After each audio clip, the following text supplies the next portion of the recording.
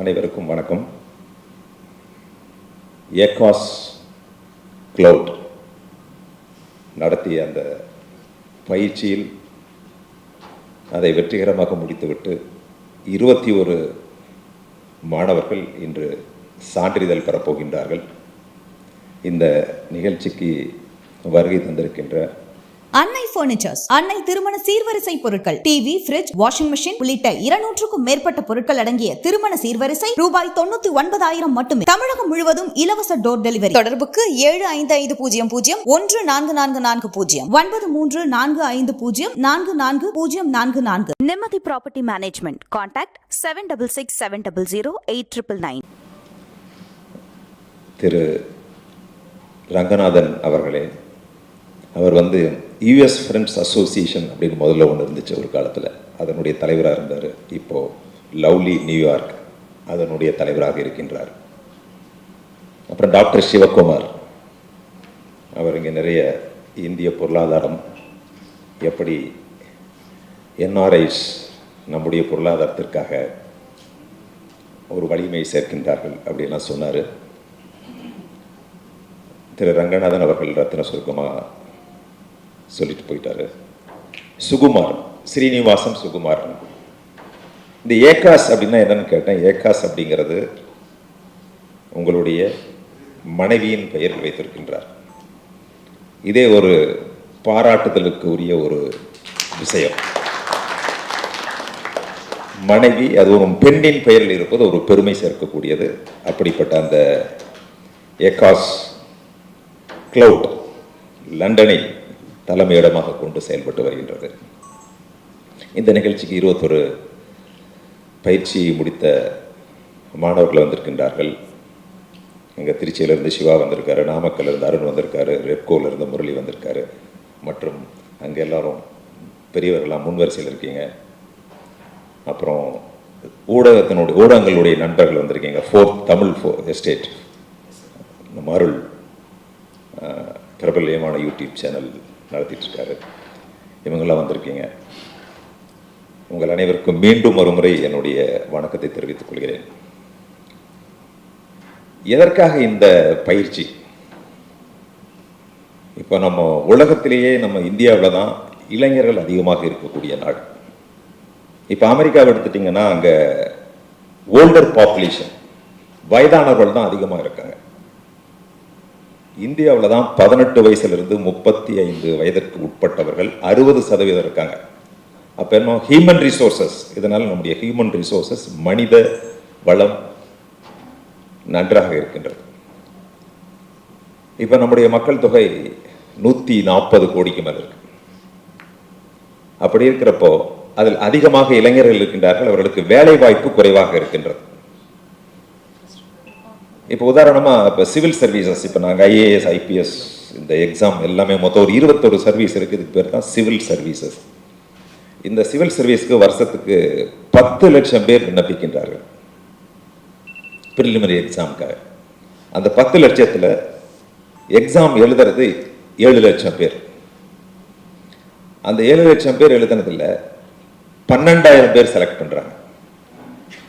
அந்த 12,000 பேரில் 12,000 பேருக்கு மறுபடியும் ரிட்டர்ன் எக்ஸாம்.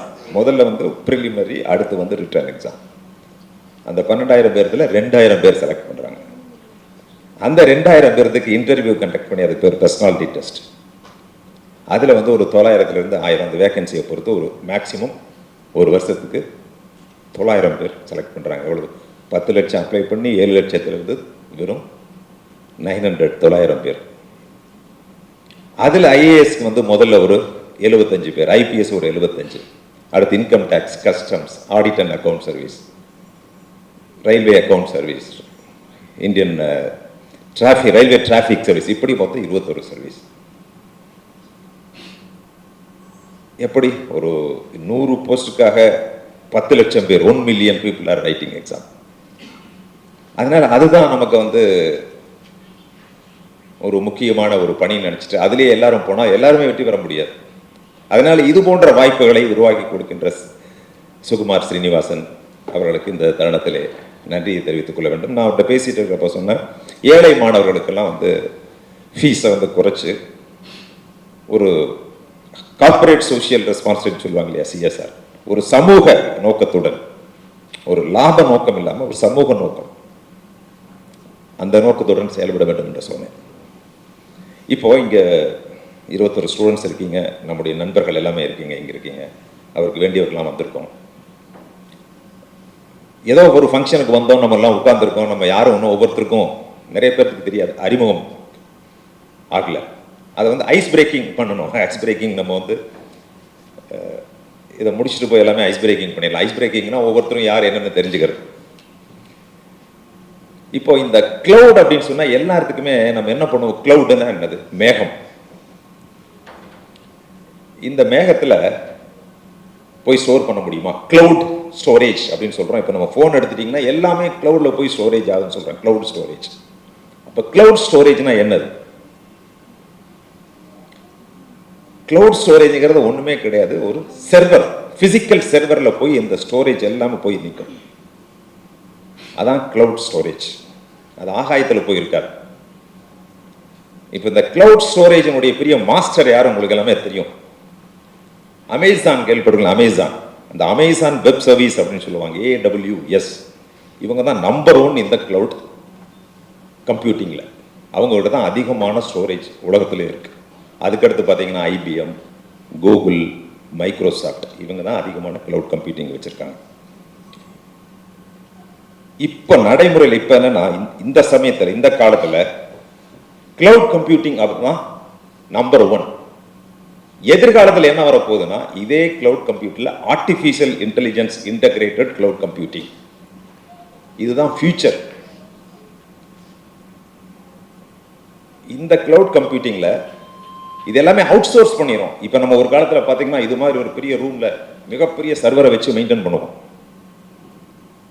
இப்போ கவர்மெண்ட்டும் சரி, பிரைவேட்டும் சரி, எல்லாமே வந்து ஒரு அவுட் சோர்ஸ் பண்ணிடுறாங்க. அவுட் சோர்ஸ் அப்படின்னு சொன்னால் இன்னொருத்தருக்கு கொடுத்துறது.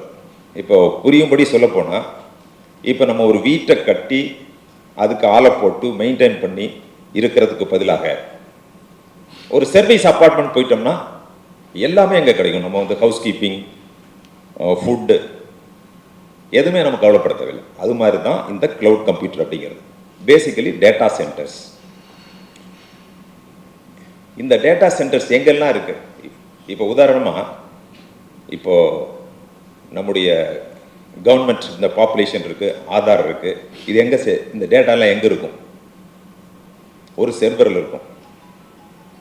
அது கவர்மெண்ட்டே ரன் பண்ணுற சர்வரா அல்லது பிரைவேட், இது மாதிரி அமேசான் அவங்க ரன் பண்ணுறதா அப்படிங்கிற ஒரு டவுட் வரலாம். இங்கேயும் இருக்கும், நம்முடைய டேட்டா வேற இடத்துலையும் இருக்கும். இப்போ நம்ம உதாரணமாக நம்முடைய ஃபோனில் ஃபோட்டோஸ் இருக்குது, அதில் வீடியோஸ் எல்லாம் நம்ம வந்து ஸ்டோர் பண்ணி வச்சுருக்கோம். அது எங்கே போய் சேருது? ஃபோனில் நமக்கு வந்து 254 GB, 500 GB, 1 TB. இதுக்கு மேலே போனால் எங்கே போகும்? சர்வரில் போய் ஸ்டோர் ஆகும். அதுக்கு ஒரு ஃபீஸ் இருக்குது. இந்த ஸ்டோரேஜ் எங்கே இருக்குங்கிறது யாருக்குமே தெரியாது, அவங்களுக்கு தான் தெரியும். ஒன்று வந்து இந்தியாவில் வச்சுருக்கலாம், இன்னொன்று வந்து பேங்காக்கில் இருக்கலாம், இன்னொன்று வந்து கடலுக்கடியில் இருக்குது, கடலுக்கடியிலையும் வச்சுருக்குறாங்க சர்வர். இப்போ உங்களுக்கு எல்லாமே தெரியும், வார் சண்டைகள் நடக்கிறப்போ எதிரி நாடுகள் என்ன பண்ணுவோம்? ஃபர்ஸ்ட் இது ஒரு டேட்டா சென்டர் அட்டாக் பண்ணுவோம்.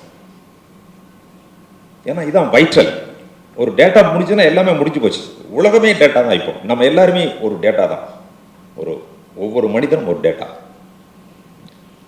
அதுக்காக என்ன பண்ணுவாங்கன்னா, இப்போ நம்ம ஸ்டோரேஜ் ஒரு இடத்துல ஃபெயில் ஆச்சுன்னா ஃபெயிலிங் சர்வர், அடுத்து நெக்ஸ்ட் இன்னொரு சர்வர் ஆக்டிவேட் ஆயிரும். இங்கே ஒரு அட்டாக் பண்ணி இந்த சர்வரை டெஸ்ட்ராய் பண்ணிட்டா அடுத்த தாய்லாந்தில் இருக்கிற ஒரு இதே ஸ்டோரேஜ் அது ஆக்டிவேட் ஆகி அந்த டேட்டா நம்ம கொடுத்துட்டே இருக்கும். அது போச்சுன்னா இன்னொரு சர்வர் போகும். இப்படி மிரரிங் எஃபெக்ட் இருக்கும்.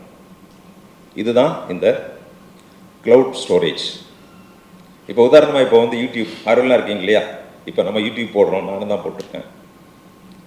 இந்த யூடியூப் போட சேனல்ஸ் அத்தனை வீடியோஸ்லாம் எங்கே போய் சேவ் ஆகுது? அது எல்லாமே இந்த கிளவுட் கம்ப்யூட்டிங்கில். இப்போ ஒவ்வொரு நிமிஷமும் 500 மணி நேரத்திற்கான வீடியோவை டவுன்லோட் பண்ணிட்டே இருக்கிறான் கூகுள். அப்போ 500 மணி நேரம்னா எவ்வளோ ஆச்சு? கிட்டத்தட்ட 22 நாள் 22 நாள் தொடர்ச்சியா வந்து நீங்க ஒரு வீடியோ ஓட்டனீங்கன்னா எவ்வளவு வருமோ அதை ஒரு நிமிஷத்துக்கு டவுன்லோட் பண்ணிக்கிட்டே இருக்கிறாங்க. அப்ப எவ்வளவு மேசிவ் ஸ்டோரேஜ். இப்ப நீங்க எல்லாமே கேள்விப்பட்டிருப்பீங்க டெராபைட், ஜிகாபைட். ஆக்சுவலா இபி அப்படின்னு ஒன்று இருக்கு, அது வந்து எக்ஸாபைட். ஒரு எக்ஸாபைட் வந்து 1000 பீட்டாபைட், பிபி. ஒரு எக்ஸாபைட் அப்படின்னா என்னங்கிறது தெரியுமா உங்களுக்கு? ஒரு எக்ஸாபைட் அப்படிங்கிறது இந்த உலகத்தில் இருக்கிற எல்லா புக்ஸ் நம்ம என்னென்ன எழுதி வச்சிருக்கிறோமோ இதுவரை ஹியூமானிட்டி மனுஷன் தோன்றியதிலிருந்து கல்லில் எழுதுறது, நம்ம புக்கில் எழுதுனது, இது எல்லாமே லட்சக்கணக்கான இது மாதிரி இந்த உலகத்தில் இருக்கிற அத்தனை ரைட்டிங்ஸ் இருக்கிறதா ஒரே ஒரு இபி எக்ஸாபைட். இது மாதிரி பல எக்ஸாபைட் கெப்பாசிட்டி உள்ள சர்வர்ஸ் தான் இந்த கிளவுட் கம்ப்யூட்டிங். வர்ற காலத்தில் உங்களுக்குலாம் தெரியும் குவாண்டம் கம்ப்யூட்டிங் இன்டகிரேட் பண்றாங்க. அது இதை விட ஃபாஸ்டா போகும். இப்போ ஜிகாபைட்ஸ், பைட்ஸ்னு சொல்றோம், அது வந்து கியூபிட் அப்படின்னு சொல்றோம். கியூபிட் அது வந்து ஃபாஸ்டா ப்ராசஸ் பண்ணும். ஒரு காலத்தில் சூப்பர் கம்ப்யூட்டர்னு சொல்லி இவ்வளவு பெருசு இருக்கும், இந்த ரூம் அளவுக்கு இருந்துச்சு. இப்போ வந்து சும்மா சின்ன சிப். அடுத்து வந்து இந்த artificial intelligence integrated cloud computing போகிறப்ப என்னன்னு கேட்டிங்கன்னா சிப்ஸ், எல்லாமே சிப்ஸ் தான். இப்போ நம்ம வந்து சாட் ஜிபிடி போகிறோம், ஜெமினி போகிறோம், இந்த சிப்ஸ் தாங்க இதில் வந்து ஸ்டோர் பண்ணணும். அந்த ஆர்டிஃபிஷியல் இன்டெலிஜென்ஸ் அந்த சிப்ஸ் வந்து பயங்கரமான ஒரு ஹீட்டை ஜெனரேட் பண்ணும், பயங்கரமான ஹீட். அந்த ஹீட்டை வந்து குறைக்கிறதுக்காக பவர் ஜென்ரேஷன் வந்து ஏசி போட்டுகிட்டே இருக்கணும். அதுக்காக தான் கடல் கடியெல்லாம் நிறைய வச்சிருக்கிறாங்க சர்வர்ஸ், அந்த கம்ப்யூட்டிங். அந்த ஹீட் எல்லாம் வந்து குறைக்கிறதுக்காக பவர் ஜென்ரேஷன். இப்போ வந்து பிஸ்னஸ், இப்போ திருச்சி சிவா இருக்காருன்னா இப்போ இருக்கிற பிஸ்னஸ், பெஸ்ட் பிஸ்னஸ் என்னன்னு கேட்டிங்கன்னா டேட்டா சென்டர். ஒரு டேட்டா சென்டர் வந்து நார்மலாக கட்டுறதுக்கு ஒரு 300 கோடி ஆகும். நீங்கள் டேட்டா சென்டர் கட்டிட்டீங்க அப்படின்னு சொன்னால் உங்களை தேடி கஸ்டமர்ஸ் வந்துட்டே இருப்பாங்க. ஸோ எதிர்காலம்ங்கிறது வந்து artificial intelligence integrated computing system. இப்போ நீங்கள் படிச்சுட்டு இருக்கிறது நிகழ்காலம். இப்போ நீங்கள் அந்த கோர்ஸ் முடிச்சிருக்கீங்க இல்லையா, இப்போ ப்ரெசன்ட். ஃபியூச்சர் வந்து ஏஐ ரிலேட்டட் கம்ப்யூட்டிங். நீங்கள் அதுக்கு அடுத்து இந்த இப்போ பயிற்சி முடிச்சிருக்கீங்க, இதுக்கு அடுத்த ஸ்டெப் அதுக்கு தான் போகணும், ஆர்டிஃபிஷியல் இன்டெலிஜென்ஸ். இப்போ உலகமே அதை நோக்கி தான் போயிட்டுருக்கு. நம்ம எல்லாமே வந்து புள்ளிகள்லாம், டேட்டா. ஒரு டேட்டா வந்து ஒரு ஸ்டேஜில் போனால் அந்த டேட்டா ஆட்டோமேட்டிக்காக எரேஸ் ஆகிட்டே போயிட்டு இருக்கும், டெலீட் ஆகிட்டே போயிட்டு இருக்கும். அது மாதிரி தான் நம்முடைய மனிதர்களும், எவ்ரிபடி. அதான் ஒரு ஜென் மாஸ்டர் சொன்னார், ஒரு டீ கப். ஒரு ஸ்டூடெண்ட்ஸ் எல்லாம் இருந்தாங்க இந்த மாதிரி எல்லாம், ஒரு மாங்க், ஒரு ஜென் மாஸ்டர். இப்போது டீ சாப்பிட்டுட்டு இருக்காங்க, மாஸ்டரும் டீ சாப்பிட்டுட்டு இருக்காரு. அப்போ சொல்றாரு, திஸ் கப் இஸ் புரோக்கன் அப்படிங்கிறாரு. இந்த ஸ்டூடெண்ட்ஸ் எல்லாம் சொல்றாங்க, no sir, it is not broken. நீங்கள் தான் வந்து டீ சாப்பிட்டு இருக்கீங்களே இந்த கப்பில். ஆமாம், நான் டீ சாப்பிட்டு தான் இருக்கேன் இந்த கப்பில், பட் இட் இஸ் புரோக்கன் அப்படிங்கிறார். நல்லா தான் இருக்கு, அதையா சார் நீங்கள் வந்து புரோக்கன் சொல்றீங்க? It is going to be broken. இந்த கிளாஸ் இருக்கு, it is going to be broken one day. It is not going to be permanent, this glass. So we are all like that, human beings. Nothing is permanent in this life. எதுவுமே நிரந்தரமானது கிடையாது. நிகழ்காலம் இப்போ இருக்கிறதா, தி present moment is the reality. அதுதான் உண்மை, நிகழ்காலம். அதனால நம்ம இந்த நிகழ்காலத்தில் வாழ வேண்டும். அந்த நிகழ்காலத்தில் எப்படி என்னென்ன இருக்குதோ இந்த நிகழ்காலத்தில் அதை வந்து we have to update ourselves. அதை சார்ந்த அறிவுகளையும் அதை சார்ந்த செய்திகளையும் நம்ம தெரிந்து கொண்டால் தான் நம்ம பவர்ஃபுல்லாக இருக்கணும். பவர் அப்படிங்கிறத நாங்கள் பவர்னு சொல்ல முடியாது, போலீஸ் ஆஃபீஸர் அதான் பவர் இல்லை. பவர் அப்படிங்கிறது நம்ம சிவகுமார் அவர்கள் சொல்லியது போல் நாலேஜ், அறிவு. அறிவுங்கிறது எப்படி வரும்? Information is knowledge. Gathering of information. That knowledge is power. அதுதான் சொன்னார், முயற்சிதன் மெய்விருத்த கூலி தரும் சொல்லி. தெய்வத்தால் ஆகாதனினும். அதே மாதிரி அடுத்து 3வது பாயிண்ட் அவர் என்ன சொன்னார்னா காட்ஸ் கிரேஸ் அப்படின்ட்டார். ஏற்கனவே முயற்சி சொல்றாரு, தெய்வத்தால முடியாட்டியும் முயற்சி வந்து வெற்றி தரும்னு சொல்லிட்டாரு. அதுக்கு பின்னாடி மறுபடியும் காட்ஸ் கிரேஸ் வேணுங்கிறார். அதனால ஆக்சுவலாக காட்ஸ் கிரேஸ் இல்லைன்னா கூட நீ முயற்சி பண்ணீங்கன்னா வெற்றி வரும் அப்படின்னு ஒரே இதில் சொல்லிட்டார். அதனால இங்க இருக்கிற மாணவர்கள் இந்த கோர்ஸை முடிச்சிட்டோம் அப்படிங்கிறது வந்து ஒரு நீங்க அப்டேட்டிங் தி நாலேஜ். இதுதான் இதை வச்சுட்டு நீங்க வேலை வாய்ப்புகள் வரலாம், வராமல் போகலாம். மறுபடியும் நீங்க வந்து அப்டேட் பண்ணணும். First step. ஒரு 4வது மாடி போனோம்னா ஒரு ஸ்டெப் ஏறினா தான் அப்படியே போயிட்டு அடுத்தடுத்த ஃப்ளோர் போக முடியும். அது மாதிரி இது வந்து first step. It is not an end. So இதை முடிச்சிட்டோம், சுகுமார் ஸ்ரீனிவாசன் கொடுத்துட்டாரு ஏகாஸ் கிளவுட், எனக்கு வேலை கிடைச்சிருச்சு, நான் வந்து டெஸ்லாவில் போய் வேலை கிடைக்க போகுது, எனக்கு டெஸ்லா அவர் சொல்லுவார், டெஸ்லா ஸ்டூடெண்ட் எல்லாம் இருக்கலாம். ஆனால் அந்த லக்குங்கிறது என்ன சொல்லுவாங்க, லக்குங்கிறது வந்து ரேண்டமைசேஷன், ரேண்டம். இப்போ நீங்களாம் கார்ட்ஸ் விளையாண்டிங்கன்னா தெரியும், கார்ட்ஸ் விளையாடுறப்ப எப்படி ரம்மி ஒருத்தருக்கு வரும் ஒருத்தருக்கு வராது. It's all random. அந்த ரேண்டமைசேஷனில் வந்து யாருக்கு எது வருதோ அதை வச்சு தான் இது லக்கு, இது அன்லக் அப்படின்னு சொல்கிறோம். அதனால் இதை புரிந்து கொண்டு நாம் வருகின்ற காலத்தில் இன்னும் முயற்சி செய்து என்னென்னலாம் அப்டேட் இருக்கோ, எதெல்லாம் வந்து இந்த கரண்ட் ட்ரெண்டில் வந்து வேலை வாய்ப்புகளை கொடுக்குமோ அந்த ஏரியாஸில் நம்ம விஷயங்களை தெரிந்து கொண்டால் நம்மளை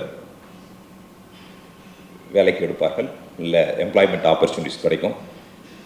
ஒவ்வொருத்தரும் பருண் டாக்டர் இருக்காருன்னா டென்டிஸ்ட், அவர் வந்து இந்த குவாண்டம் கம்ப்யூட்டிங் அல்லது கற்றுக்கலாம். யார் வேணாலும் கற்றுக்க முடியும். எனிபடி, நீங்கள் இப்போ பிஸ்னஸ்மேன், நீங்களும் கற்றுக்கலாம். இப்போ நீங்கள் கற்றுக்கிட்டா தான் உங்களுக்கு கீழே இருக்கிறவங்களுடைய திறமையை புரிஞ்சுக்க முடியும், அவங்கள வந்து வழிகாட்டுவதற்கு அந்த இது உதவியாக இருக்கும். இப்போ எல்லாமே உலகமே நம்முடைய கைக்குள்ளே தான். செல்ஃபோன் இருக்கு இல்லையா, ஸ்மார்ட் ஃபோன்ஸ். இப்போ இன்னொரு விஷயம் இருக்குது, அது வந்து இப்போல்லாம் முதல்ல ஒரு டெஸ்க்டாப், லேப்டாப் இதெல்லாம் கொடுத்துட்டாங்க. இப்போ எதுவுமே தேவையில்லை, லேப்டாப்பும் தேவையில்லை, டெஸ்க்டாப்பும் தேவையில்லை. அவங்களே லிங்க் அனுப்பிச்சிடுவாங்க. லிங்க் அனுப்பிச்ச உடனே இதை இப்போ நம்ம வச்சிருக்கிற cellphone it becomes virtual desktop. அதுலேருந்தே நம்ம வந்து ஒர்க் பண்ணிக்கிட்டே இருக்கலாம். பெருசாக ஒன்றுமே எதுவுமே தேவையில்லை, நீங்கள் லேப்டாப் எதுவுமே கேரி பண்ண வேண்டியதில்லை. இப்போ லிங்க் இது எல்லாமே ரிலேட்டட் டு இந்த computing, cloud computing, AI related computing, quantum computing, அப்புறம் எட்ஜ் கம்ப்யூட்டிங், இப்படி பல்வேறு விஷயங்கள் இருக்கின்றன. எனவே இந்த பயிற்சியை வெற்றிகரமாக முடித்த அனைத்து பயிற்சியாளர்களுக்கும் என்னுடைய வாழ்த்துக்கள். நீங்கள் இதோடு நிறுத்திவிடாமல் இன்னும் பல்வேறு நுட்பங்களை, தொழில்நுட்பங்களை, அது சார்ந்த அறிவுகளை பெற்று வாழ்க்கையில் வளம் பெற வேண்டும். சுகுமார் ஸ்ரீனிவாசன் மற்றும் அவருடைய குழு மென்மேலும் சிறப்பாக இது போன்ற பயிற்சிகளுக்கு வாய்ப்பளித்து அவர்களுக்கு எவ்வளவு தூரம் அந்த கட்டணத்தை குறைக்க முடியுமோ குறைத்து அவர்களை வாழ வைக்க வேண்டும் என்று இந்த தருணத்திலே கேட்டுக்கொண்டு வாய்ப்பிற்கு நன்றி கூறி அமர்கின்றேன். வணக்கம்.